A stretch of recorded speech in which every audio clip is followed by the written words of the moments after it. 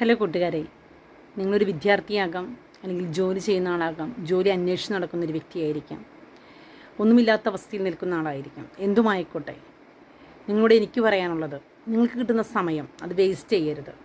പഠിക്കുന്ന ഒരു വ്യക്തിയാണെങ്കിൽ നിങ്ങൾക്ക് പഠിക്കാൻ ഇപ്പോൾ കിട്ടുന്ന ഈ സമയം നിങ്ങൾ ഉപയോഗിച്ചില്ലെങ്കിൽ നാളെ ഒരിക്കൽ നിങ്ങൾ കരയും.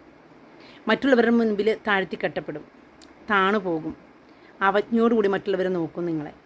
അതുകൊണ്ട് ഇപ്പോൾ നിങ്ങൾക്ക് കിട്ടുന്ന സമയം കുറച്ച് കഷ്ടപ്പെട്, അതിനുവേണ്ടി കുറച്ച് സമയം കണ്ടെത്തണം, എന്നാൽ മാത്രമേ വിജയിക്കൂ.